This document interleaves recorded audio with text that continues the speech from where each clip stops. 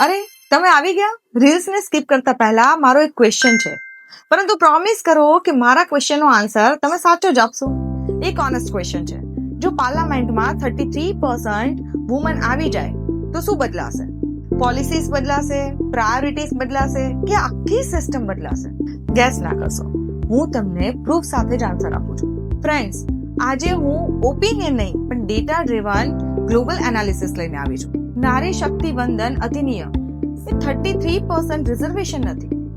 આ એક governance transformation model છે. ચાલો સીધા જ રિસર્ચ ઉપર આવીએ.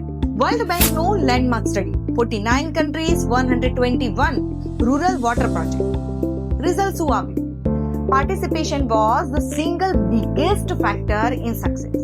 પરંતુ શોકિંગ ટ્રુથ, ઓન્લી 17% પ્રોજેક્ટ્સમાં વુમેન પ્રોપરલી ઇન્વોલ્વ હતી. અને જ્યાં વુમન ઇન્વોલ્વ હતી ત્યાં પ્રોજેક્ટ સિગ્નિફિકન્ટલી ઇફેક્ટિવ બન્યા. ઓસીએડી એનાલિસિસ કહે છે કે જ્યારે વુમનનું પાર્ટિસિપેશન હોય તો project 6 to 7 times more effective બની શકે છે. Let's dive into real country example. World resources institute મુજબ મલાવીમાં વોટર સિસ્ટમ ફેલ થયા.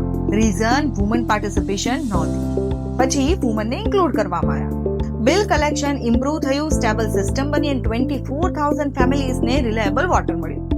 ચલો હવે યુગાન્ડાની વાત કરીએ. ઓઈસીડીના ડેટા મુજબ યુગાન્ડામાં વુમન લીડ ગવર્નન્સ આવ્યા પછી સેફ વોટર એક્સેસ 51% થી વધીને 61% થયું માત્ર 2 વર્ષમાં.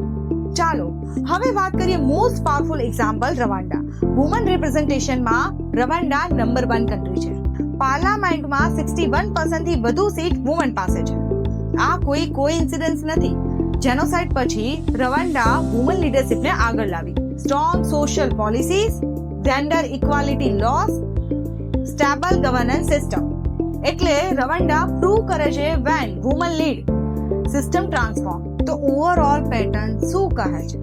Woman leader improve service delivery, better resource allocation and higher transparency and accountability because women focus on real issues and real impact. તો ક્વેશ્ચન એ છે કે જો ગ્લોબલ ડેટા આટલા ક્લિયર છે તો આપણે ડિલે કેમ કરીએ? Delayed representation is equal to delayed development. Woman empowerment કોઈ ચેરિટી નથી, એ તો સ્માર્ટ ગવર્નન્સ મોડલ છે. નારી શક્તિ એ સ્લોગન નથી, તે ઇન્ડિયાનું રિયલ ગ્રોથ એન્જિન છે. તો આશા રાખીએ છીએ કે નારી શક્તિ વંદન અધિનિયમ જલ્દીથી ઇમ્પ્લિમેન્ટ થઈ જાય અને આપણા લોક લાડીલા વડાપ્રધાન નરેન્દ્ર મોદી સાહેબે જે હિંમતભર્યું નેતૃત્વ દાખવ્યું છે એ સફળ રહે. ભારત માતા કી જય.